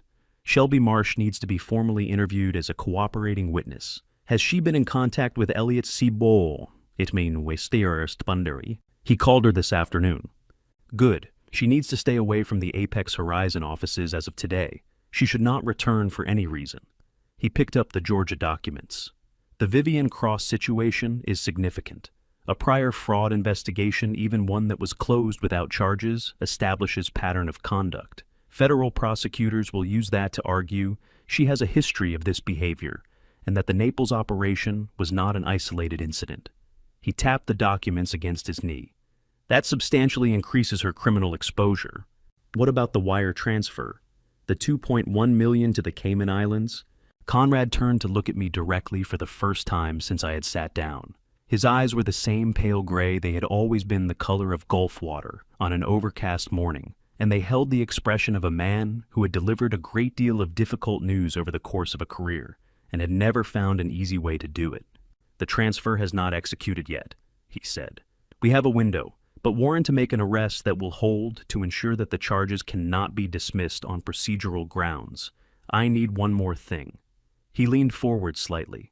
"I need Garrett to move money himself into the Hutchinson account, on the record with full electronic documentation of the transfer instruction originating from his device or his authorization." He held up a hand before I could speak. "What you have here is strong. The drive, the contract, the Georgia files you're recording from Tuesday, this is a serious evidentiary package. But the wire fraud count, the count that puts him in a federal prison rather than a minimum security facility, requires documented proof of him personally executing a fraudulent wire transfer. The Hutchinson account gives us that. If he moves money into it, we have him on the specific act, not just the pattern." I looked out at the copper water. A brown pelican came in, low off the Gulf, and landed on a piling at the end of the nearby dock, folding its wings with that particular unhurried authority that pelicans have, as though the world could wait. "He will move it," I said. "He called me yesterday asking to accelerate the timeline. He wants to get into that account before the end of the week." Conrad picked up the external drive and the Georgia documents and put them in the inside pocket of his jacket. He stood up, straightening his cuffs with the small, precise gesture of a man returning to work after a brief interruption. "Friday night," he said. "If he moves the money by Thursday, we act Friday. I will have Agent Marcus Webb coordinate the field team. Webb is the lead agent on financial crimes in the Naples satellite office. He has been building cases like this for 12 years, and he knows how to execute a clean arrest in a public setting without incident." He held out his hand. I stood and took it, the same handshake as always, firm and brief, the handshake of two men who did not need to say the things the handshake was saying. Warren. His voice dropped slightly. Whatever happens after Friday with the trial with Garrett, that is going to be a long road. You understand that. I understand it. He held my gaze for a moment longer than necessary. Then he turned and walked back up the path toward the parking lot, his footsteps steady on the crushed shell surface, the last light of the day moving across his white hair. I sat back down on the bench. My phone buzzed in my pocket, Garrett's name on the screen. I answered. Dad. His voice was brisk and bright, the performance already running. Listen, I have been looking at the Hutchinson numbers, and I think we should move faster than we discussed. Can we talk tomorrow about accelerating the transfer? I want to get you positioned before the window closes. I looked out at the Gulf. The Pelican had not moved from its piling. The copper light was fading to gray. Of course, son, I said. Let us talk tomorrow. I ended the call. The bench was empty beside me where Conrad had been sitting. The Gulf moved in the dark. I did not go to bed that night. I sat in my study with the desk lamp off and the ceiling fan turning slowly overhead, the room lit only by the pale glow coming through the window from the streetlight outside. Carolyn had come to the doorway at 11 and looked at me for a moment without speaking, and I had told her to get some rest, and she had gone because she understood the way. She had always understood when there were things I needed to do alone. The study was a small room at the back of the house that had been a guest bedroom until the children left, and I filled it with filing cabinets and a desk and the bookshelves that had been crowding the hallway for a decade. It smelled of old paper and the particular dry neutrality of a room where nothing dramatic had ever happened. I had always liked that about it. Tonight, the ordinariness of it felt like a reproach. My phone lay face up on the desk in front of me. I had set it there at 9:30 when I got home, and I had been watching it the way you watch something you are not sure whether you want to ring or not. At 11:47, it buzzed. A text from Conrad. 2 words. It is moving. I picked up the phone and held it and put it back down, and stood up from the desk and walked to the window and stood there looking out at the dark street. A car passed, headlights sweeping across the neighbor's hedge, then gone. The street went back to its nighttime quiet. The sprinkler system on the corner lot ticked on and ran through its cycle and ticked off. I went back to the desk and sat down. At 12:23 in the morning, the phone buzzed again. Conrad. 1.8 million. Confirmed. Webb has full documentation of the transfer instruction. Origin device confirmed as Garrett's registered business phone. Hutchinson Gulf account received the funds at 12:19. Do not contact Garrett. I read the message 3 times. Then I set the phone face down on the desk and pressed both palms flat against the surface and looked at the grain of the wood and breathed. $1.8 million. Moved in the middle of the night by my son from an account that contained other people's retirement savings, their disability payments, their late husband's life insurance policies, into a shell account that existed for the sole purpose of catching him doing exactly what he had just done. The trap had closed. I had known it was coming. I had built it myself carefully and deliberately with Elliot and Conrad and the quiet cooperation of a frightened 26-year-old woman who had kept a hard drive in her nightstand for 8 weeks waiting to do the right thing. I had wanted this. I had worked toward it every day for a week. It did not feel the way I had expected it to feel. What it felt like was a door closing in a part of the house you could not get back to. I sat in my study until 2 in the morning. Then I went to the kitchen and made coffee. I did not drink and stood at the window watching the dark yard thinking about a boy of 8 years old who had looked up at me from the Little League dugout after his first strikeout, trying very hard not to cry, and how I had told him that the at-bat was over but the game was not, and how he had nodded with tremendous seriousness and gone back out there and hit a double in the 5th inning and been so proud of himself that he could barely sit still in the car on the way home. At 6:45 in the morning, while the coffee went cold on the counter and the sky outside began to lighten toward gray, my phone rang. Garrett. I answered on the second ring. Dad? His voice was bright and quick the way it got when he was running on adrenaline and did not want anyone to notice. Good news on the Hutchinson front. I was able to move some liquidity around last night and get us positioned in the account. We should be seeing preliminary confirmation by end of business today. He was telling me he had stolen from his own scheme to feed my trap. He was telling me this cheerfully in the voice of a man delivering excellent news because he believed he was the smartest person in the room, and the room was very large. That is wonderful, Garrett, I said. My voice came out level and warm. I was mildly horrified by how easily it came. "You work fast." "That is what I do." A brief laugh. "Listen, I am thinking we celebrate properly. I am going to put together a small dinner for Friday night. Campiello. I will get us the private dining room. Bring Mom. It will be good to have the family together." My hand tightened on the phone. Campiello. He was giving me the location himself. He was building the stage for his own final act without knowing it, with the particular theatrical instinct of a man who had always needed an audience. "And Campiello sounds perfect," I said. "We will be there." I ended the call and stood in my kitchen with the phone in my hand and the gray morning light coming through the window and the cold coffee on the counter. And I thought about what Conrad needed to do before Friday night, and whether there was time, and what it would look like when it happened, and whether I would be able to hold myself together through all of it. Then my phone rang again. Not Conrad, not Elliot. Paige's name on the screen. I answered, and before I could speak, she said, "Dad, I just got off the phone with Garrett. He called me out of nowhere, which he never does on a Thursday morning, and he sounded strange, pressured, like he was trying to sound normal, and it was costing him something. A breath. I am going over there." "Paige, do not..." But she had already ended the call. I stood in my kitchen with the dead phone in my hand and the cold coffee on the counter and the gray Thursday morning pressing against the window, and I understood that the next 24 hours were going to be the longest of my life. She called me back at 11:47 in the morning. I had been sitting in the driveway at Pelican Bay for the better part of 2 hours, keys in the ignition engine off, trying to decide whether to drive to Garrett's house myself or trust my daughter to handle what she had decided to walk into. The Thursday morning neighborhood moved around me in its ordinary way, a woman pushing a stroller past the mailboxes, a landscaping truck pulling away from the house 3 doors down, a mockingbird on the power line, going through its entire repertoire without stopping to consider whether anyone was listening. I had not moved the car. When Paige's name appeared on my screen, I answered before the first ring finished.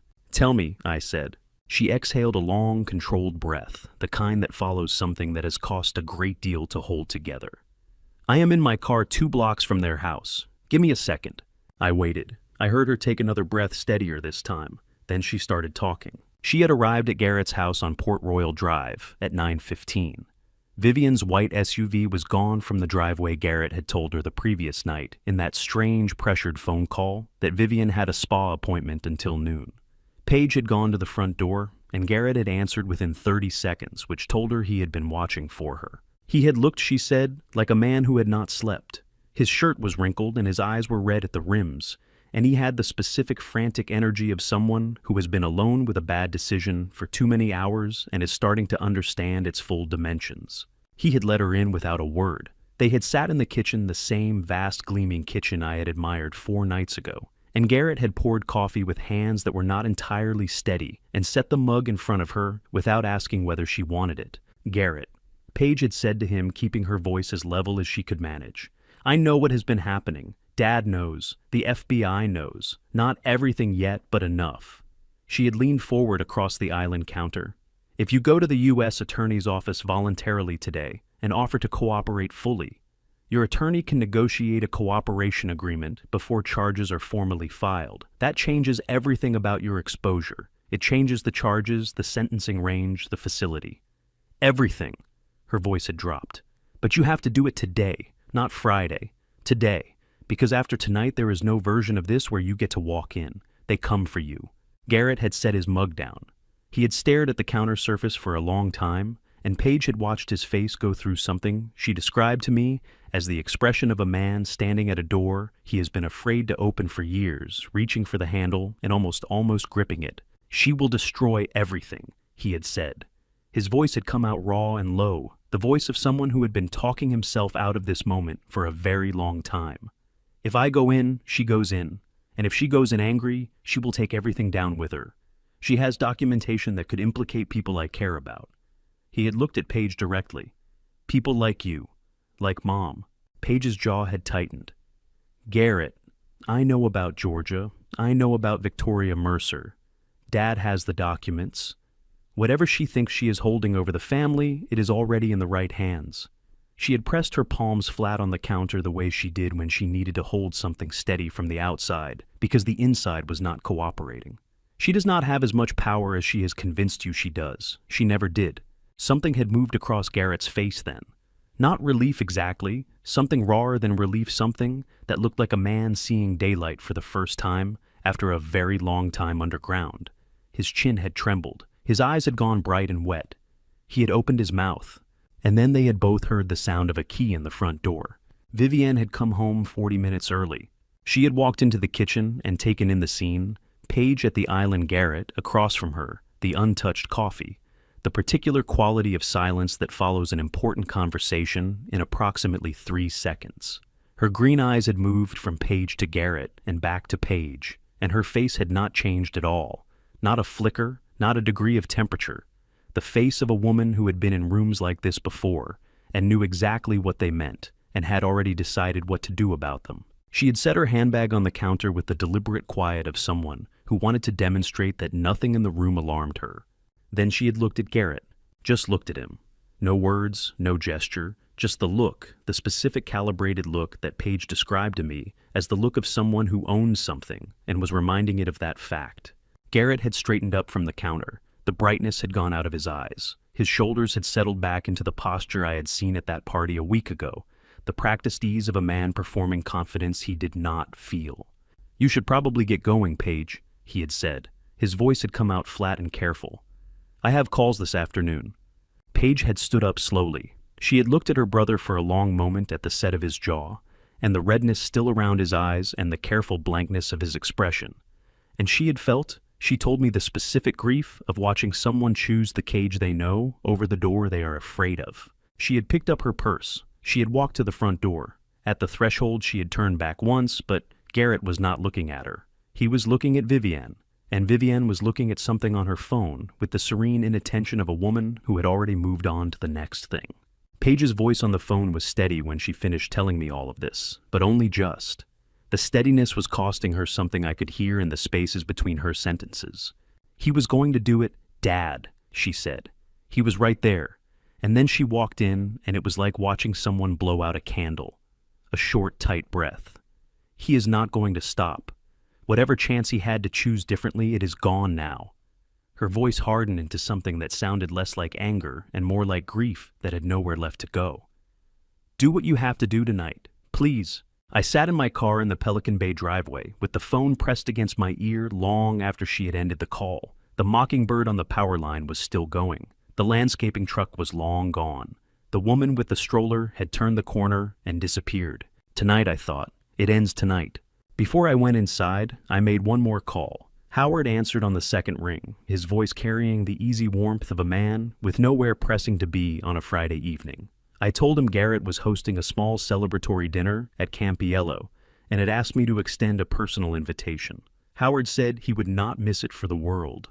I started the engine and drove inside and went to find the jacket I intended to wear to Campiello.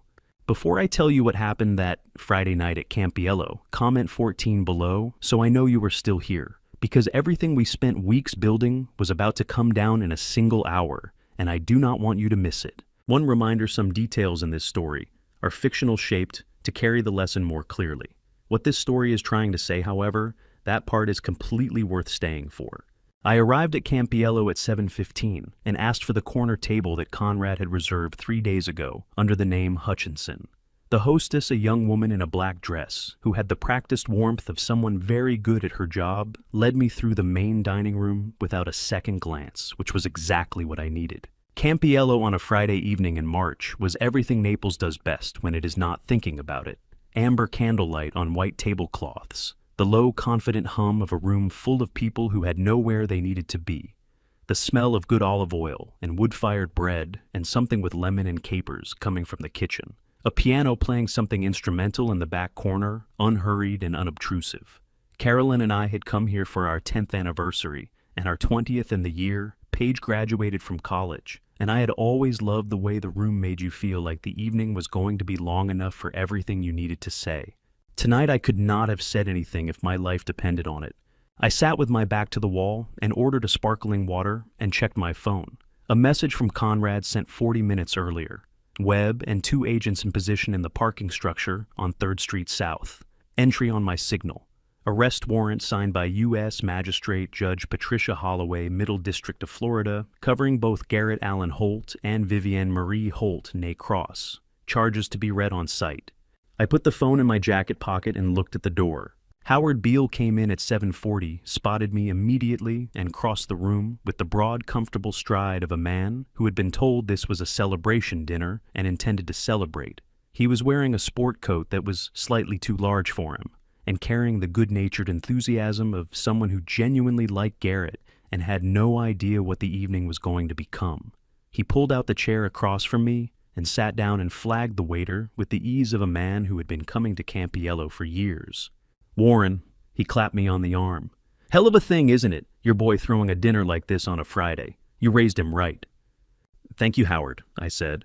He ordered a bourbon and started talking about the view from his back terrace and whether the canal needed dredging, and I said the appropriate things at the appropriate intervals and watched the door over his shoulder.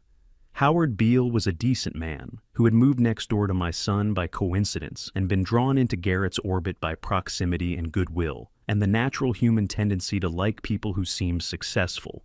He did not know that the reason Conrad had suggested I invite him was that a disinterested civilian witness at the table would make the evening's events considerably cleaner from an evidentiary standpoint. I had not told him that. I did not intend to. Garrett and Vivienne came through the door at 8:02. He was wearing the dark suit he reserved for occasions he wanted to impress, and he moved through the room the way he always moved, with that long-strided room-reading confidence that I had once watched with pure pride and now watched with something that had no clean name. Vivienne was in black, her dark hair pinned up her posture, the posture of a woman who had decided years ago that every room she entered was hers, until proven otherwise. She was carrying a small evening bag and scanning the dining room with those green eyes that processed information the way a camera does quickly, completely without apparent emotion. They reached the table. Garrett bent down and gripped my shoulder. "Dad, you look good." He straightened and extended his hand to Howard.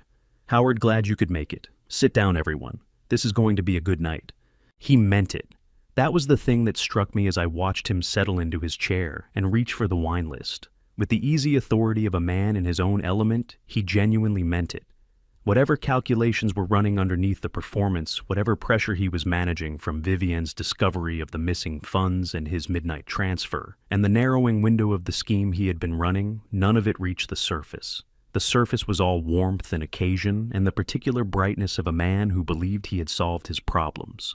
I looked at my son across the white tablecloth, and I felt something in my chest that I had not expected to feel at this moment. Not anger, not satisfaction, not the cold clarity of a man executing a necessary plan. I felt grief, clean and total, the way grief is when it arrives without warning and you have no defenses prepared because you were concentrating on something else. He looked so much like the boy I had raised, the set of his jaw, the way his hands moved when he was talking, the brightness in his eyes when he thought he was winning. I had spent the last week thinking of him as the man he had become, the fraudulent, calculating, dangerous man who had used my name to steal from Roland and Lorraine and Chester and dozens of others. But sitting across from him at this table, watching him pour wine for Howard with a flourish, and ask the waiter about the Branzino special, I saw the boy underneath the man, with a clarity that was almost unbearable. I did not want to be here. I understood with complete certainty that I had no choice. Vivienne caught my eye across the table and smiled the precise social smile she used when she wanted to appear warm without the effort of actually being warm. I smiled back. My face did it on its own, 35 years of social training overriding everything else. Garrett raised his glass. "To new beginnings," he said, "and to family." Howard raised his glass with the enthusiasm of a man who liked toasts. I raised mine. Vivienne raised hers with the measured grace of a woman performing a ritual she found slightly beneath her. The glasses touched. I checked my watch under the table. 8:13. I looked at the door. At 8:17 it opened. Conrad came through first, wearing his dark jacket and the blue tie he had mentioned in his message as the identification signal for Webb's team. He was moving at the measured, unhurried pace of a man who had done this many times and understood that the manner of entry was itself a form of information. Behind him came Agent Marcus Webb, a lean, dark-haired man of 44 in a charcoal suit, with the focused, quiet authority of a federal agent who had learned that the less commotion an arrest generated, the more smoothly it concluded. Behind Webb came two more agents in plain clothes positioned to cover the room's secondary exits. The dining room did not register them immediately. That was the point. Vivienne registered them in approximately 4 seconds. I watched her face change. It was the only time in 2 years of knowing her that I saw Vivienne Holt lose control of her expression, just for a moment, just long enough to see what lived underneath the performance. Her green eyes went to Conrad, then to Webb, then to the agents at the exits, and then to me. And in the half second before she reassembled herself, her face held an expression I had not seen on her before. Something that looked for just that instant like fear. Webb was the first one I recognized clearly. The charcoal suit, the measured stride of a man who had done this before and intended to do it cleanly. Conrad followed 2 steps behind his dark jacket and blue tie, exactly as described. The dining room had not noticed them yet. I had. I set my water glass down and did not pick it up again. He crossed the dining room at a steady, unhurried pace, Webb and the 2 agents fanning out behind him with the quiet efficiency of people who had rehearsed this. The piano kept playing. The room kept talking. A waiter near the kitchen doors looked up, read something in the way the 4 men were moving, and went very still. Conrad stopped at our table. Agent Marcus Webb stepped forward, first badge visible at his breast pocket, his voice level and carrying across the quiet room. Garrett Allen Holt, I am Special Agent Marcus Webb, Federal Bureau of Investigation. I have a warrant for your arrest issued by the United States District Court for the Middle District of Florida. Please stand up slowly and keep your hands where I can see them. Conrad stood 2 steps behind Webb, his arms at his sides, watching the table with the stillness of a man who had earned the right to be in this room and needed nothing more from it.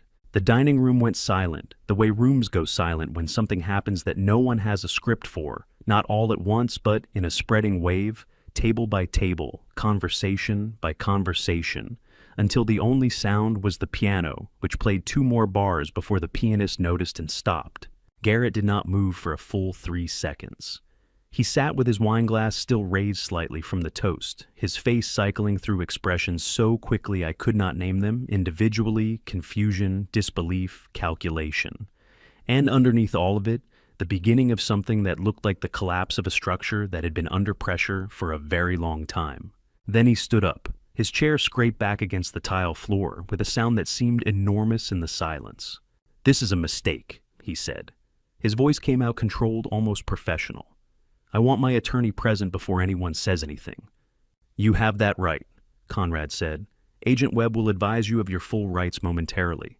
Webb stepped forward. In a clear, measured voice he read, Garrett his Miranda rights, the right to remain silent, the right to an attorney, the right to have an attorney appointed if he could not afford one. The words that American law requires be spoken to every person placed under arrest. The words that draw the line between the world before and the world after. Vivienne had not stood up. She was sitting perfectly straight in her chair with her evening bag on the table in front of her, and her hands folded on top of it, and her face had returned to the composed, unreadable surface I had known for 2 years. She was already thinking I understood, already calculating, already several moves ahead of the moment everyone else was still absorbing. The second agent approached her. "Ms. Vivienne Holt." He identified himself and began reading her rights in the same measured cadence. She looked at him with the polite attention of someone listening to directions they already knew. And then Garrett looked at me. I had known this moment was coming. I had tried to prepare for it, the way you prepare for things you cannot actually prepare for, by thinking through it in advance, by telling yourself you are ready, by constructing in your mind a version of yourself who handles it with steadiness and composure. None of that preparation was adequate. His eyes found mine across the table, and the composure broke. Not gradually, all at once the way a pane of glass breaks there, and then not there. "You," he said. His voice cracked on the single word, and then hardened into something that came from a place much deeper and angrier and more wounded than the controlled professional tone of 30 seconds ago. "You did this. You set this up. The fun, the dinner, all of it, it was you." He took a step toward me, and Webb's hand came up immediately, not touching him, but present.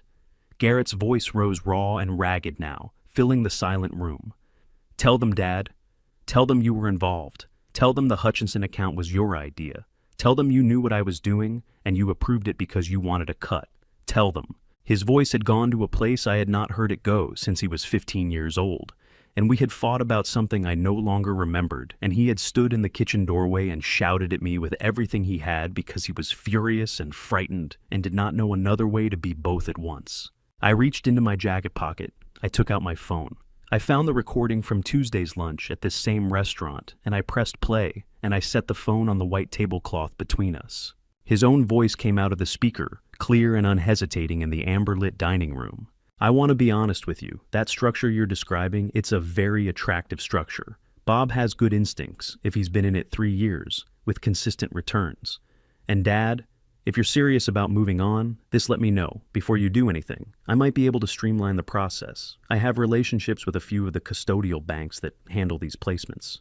The room was so quiet I could hear the ice shifting in someone's water glass 2 tables away. I stopped the recording. Garrett's face went through something I did not have a word for. The anger drained out of it, and what replaced it was not calm.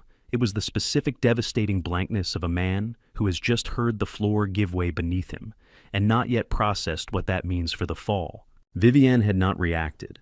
She was looking at a point on the far wall with the serene inattention of a woman waiting for a train. Webb nodded to the agent beside Garrett. The handcuffs came out standard issue, the click of the ratchet mechanism quiet and final in the still room. Garrett did not resist. He let his hands be guided behind his back with the slow underwater compliance of someone moving through a reality that had not yet become entirely real to him. Webb began walking him toward the door. At the threshold, Garrett stopped. The agent beside him paused, allowing it. Garrett turned and looked back across the dining room. The room was full of people who did not know where to put their eyes. Howard Beale among them, his bourbon untouched, his large hands flat on the tablecloth. Vivienne being escorted toward the side exit by the second agent, her evening bag still looped over one wrist, her chin lifted. And me standing at the corner table with my phone in my hand and the remains of a dinner no one had eaten. Garrett looked at me, not with anger this time, not with the wounded ferocity of a moment ago. He looked at me with an expression I did not know how to read in the moment and have thought about many times since. Something in it was exhausted. Something in it was ashamed. And somewhere underneath both of those things, in a place I almost missed because I was not expecting to find it there, something that looked very slightly like relief. He held my gaze for 3 seconds. Then Webb touched his arm gently, and Garrett turned away and walked through the door, and the Naples evening closed around him like water over a stone. I sat back down at the table because my legs had decided they were done holding me up. Howard said something. I heard his voice, but not the words. The piano somewhere began to play again. A waiter appeared at my elbow with a bottle of still water and poured it without being asked, the professional reflex of someone trained to do something useful when useful things were hard to identify.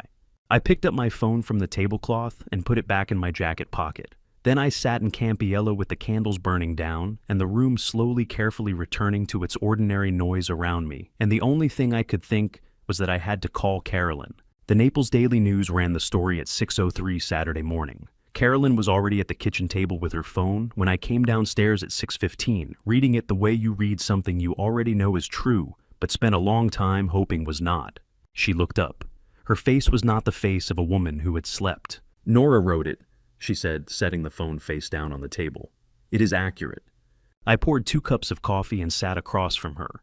Outside the Pelican Bay neighborhood ran its ordinary Saturday machinery, sprinklers, a dog being walked a lawnmower 2 streets over. The completely normal sounds of a neighborhood that did not yet know what had happened the night before.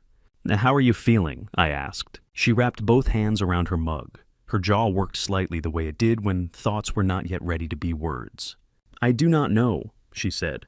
"I feel like I should feel something specific and I cannot settle on what it is." "I think that is honest," I said. Her eyes filled not a flood, but the quiet overflow of someone who has held a tide back for a long time and has finally decided to let it come. She did not wipe her cheeks immediately. "He is still our son," she said. "Whatever he did. I am allowed to love him and be destroyed by what he did and want him to face consequences all at the same time." I reached across and covered her hand with mine. She gripped it hard. Paige arrived at 7:30, letting herself in with the key she had kept since college. She came straight to the kitchen, crouched beside Carolyn's chair, and put her arms around her mother's shoulders. Carolyn pressed her forehead against her daughter's and made a sound that had been building for 8 days, low and broken and deeply private. I put my hand on Paige's back, and the three of us stayed like that until Carolyn straightened and pressed her sleeve against her eyes. "What happens now?" Paige asked, pouring herself coffee. Arraignment, Monday morning, Fort Myers Federal Courthouse. Garrett enters a plea. His attorney argues for bail, though. With an offshore account on record, I would not count on it being granted. "What about his lawyer?" Paige asked. The court froze every account tied to Apex Horizon the night of the arrest. He cannot afford private counsel. The federal court will appoint a public defender, a man named Patrick Delaney. Elliot says he is competent. I paused. Vivian has said nothing since Webb finished reading her rights. That is her right. Howard knocked at the back door at 8:15, holding a white bakery box with the helpless, genuine expression of a man who wanted to do something useful and could find nothing useful to do. He set it on the counter and shook my hand for a long time without speaking. Roland called at 9:22. "I just needed a call," he said, his voice rough and quiet. "You did not have to make it right, but you did." I gripped the porch railing and breathed carefully. "You would have done the same," I said. When I came back inside, Carolyn was laughing at something Howard had said, a real laugh, unguarded and sudden. Then the phone rang, a young man's voice, formal and careful. "Mr. Holt, this is Patrick Delaney, Federal Public Defender. Your son is asking if you would be willing to visit. He says he has something he needs to say before any of this goes further." I looked at Carolyn. She had heard enough to understand. "Tell him yes," I said. "Tell him I will come." The Collier County Jail on Stockade Road smells like industrial cleaner and recycled air, the particular institutional smell of a place designed to be functional rather than humane. I arrived at 9:15 on a Wednesday morning, emptied my pockets into a plastic tray, and followed a corrections officer through 2 security doors into a visiting room with bolted tables and fluorescent lights that hummed at a frequency designed to outlast your patience. I had not seen Garrett since the night at Campiello 5 days earlier. He came through the far door at 9:20.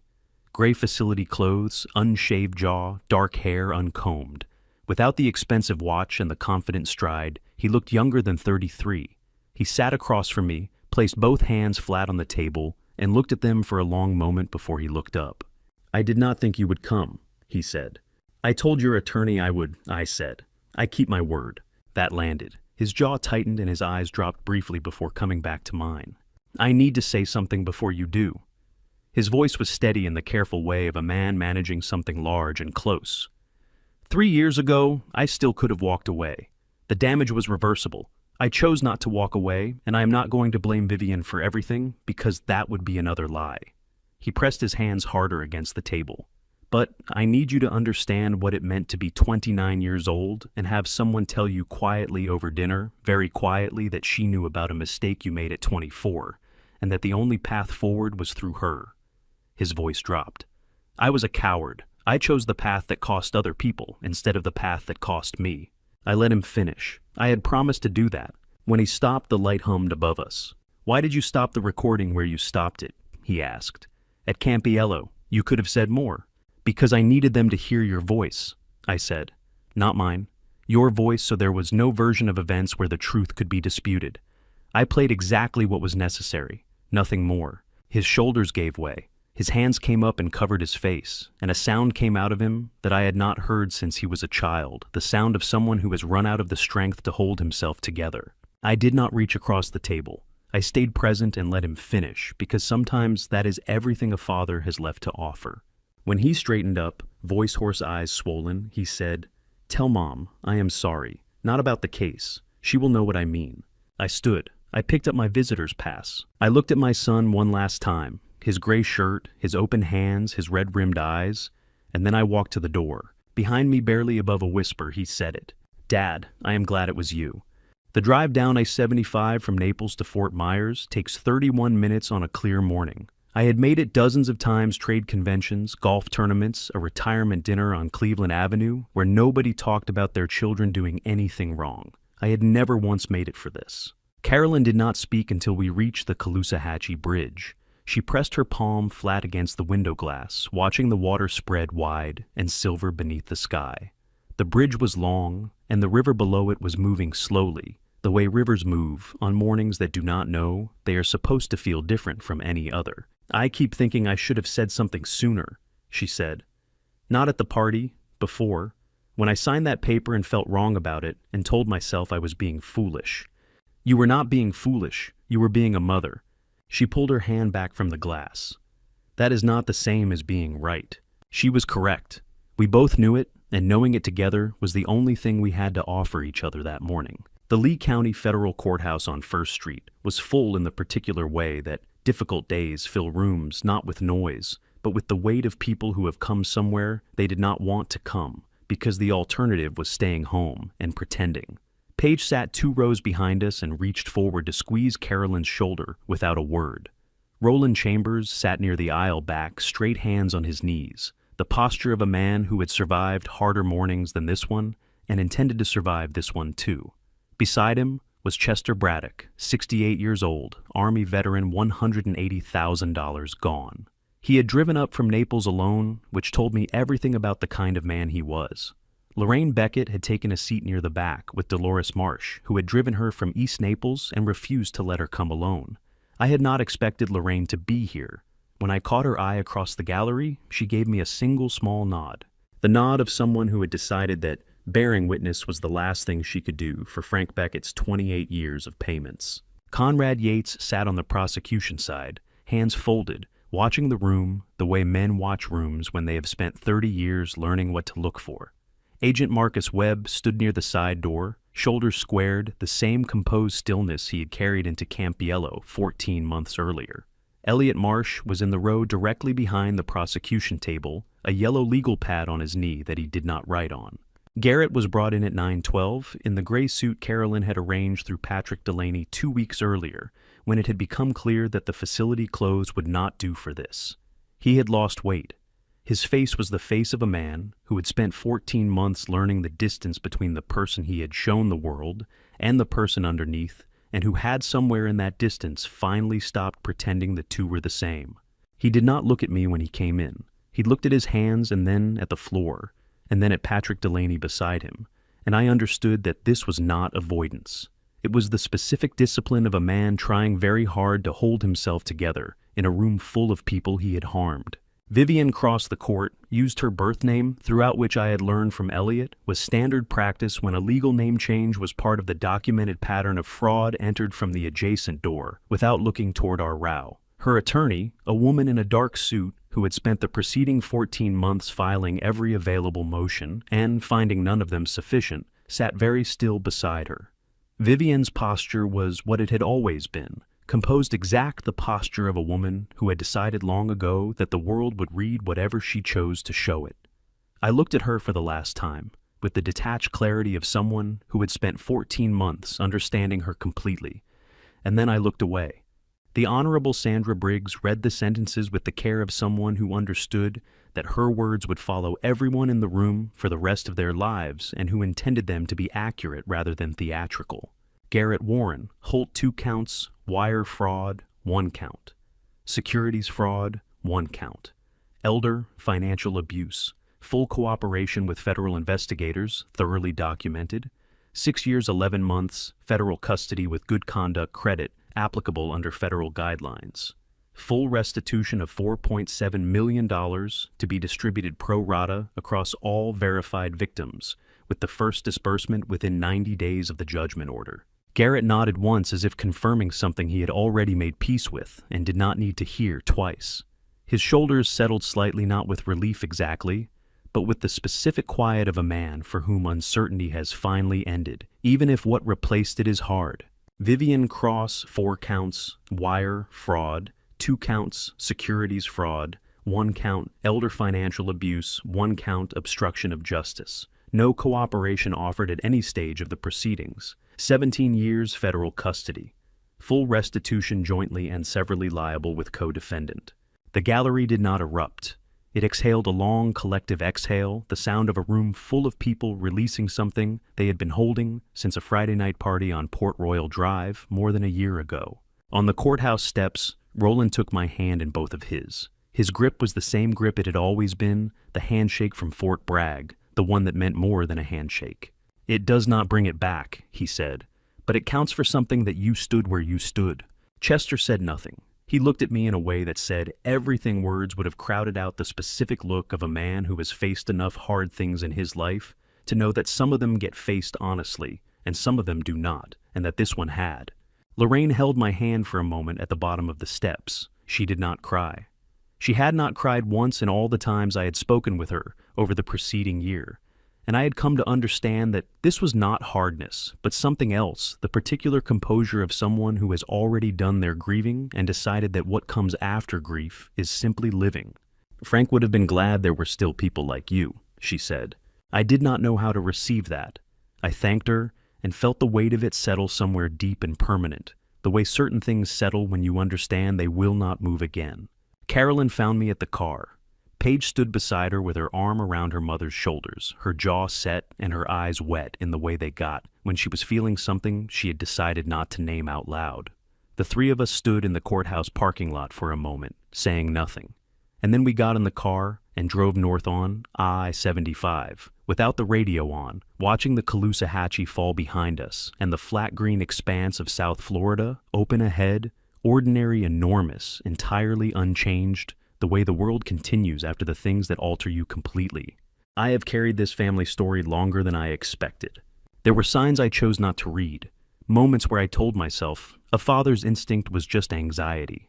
This family betrayal did not begin the night at Port Royal Drive. It began years earlier in small choices no one named out loud.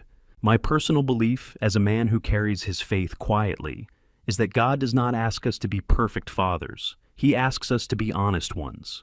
I was not honest with myself soon enough. So, if this family story reaches anyone sitting with an uneasy feeling they have been explaining away about a child, a partner, anyone, I would say, do not wait for certainty before you ask the hard question. Certainty arrives after the damage, not before. Do not be like me. Ask sooner. This family betrayal cost real people real money, real sleep, real grief. The only thing that made it survivable was choosing truth over comfort when it mattered most. If this family story stayed with you, leave a comment, share it with someone who needs it, and subscribe. There is more ahead, worth hearing. Thank you for staying with this story all the way to the end. The stories that follow contain fictional elements built for honest reflection. If that is not what you came for, step away, find what serves you better, and take good care of yourself.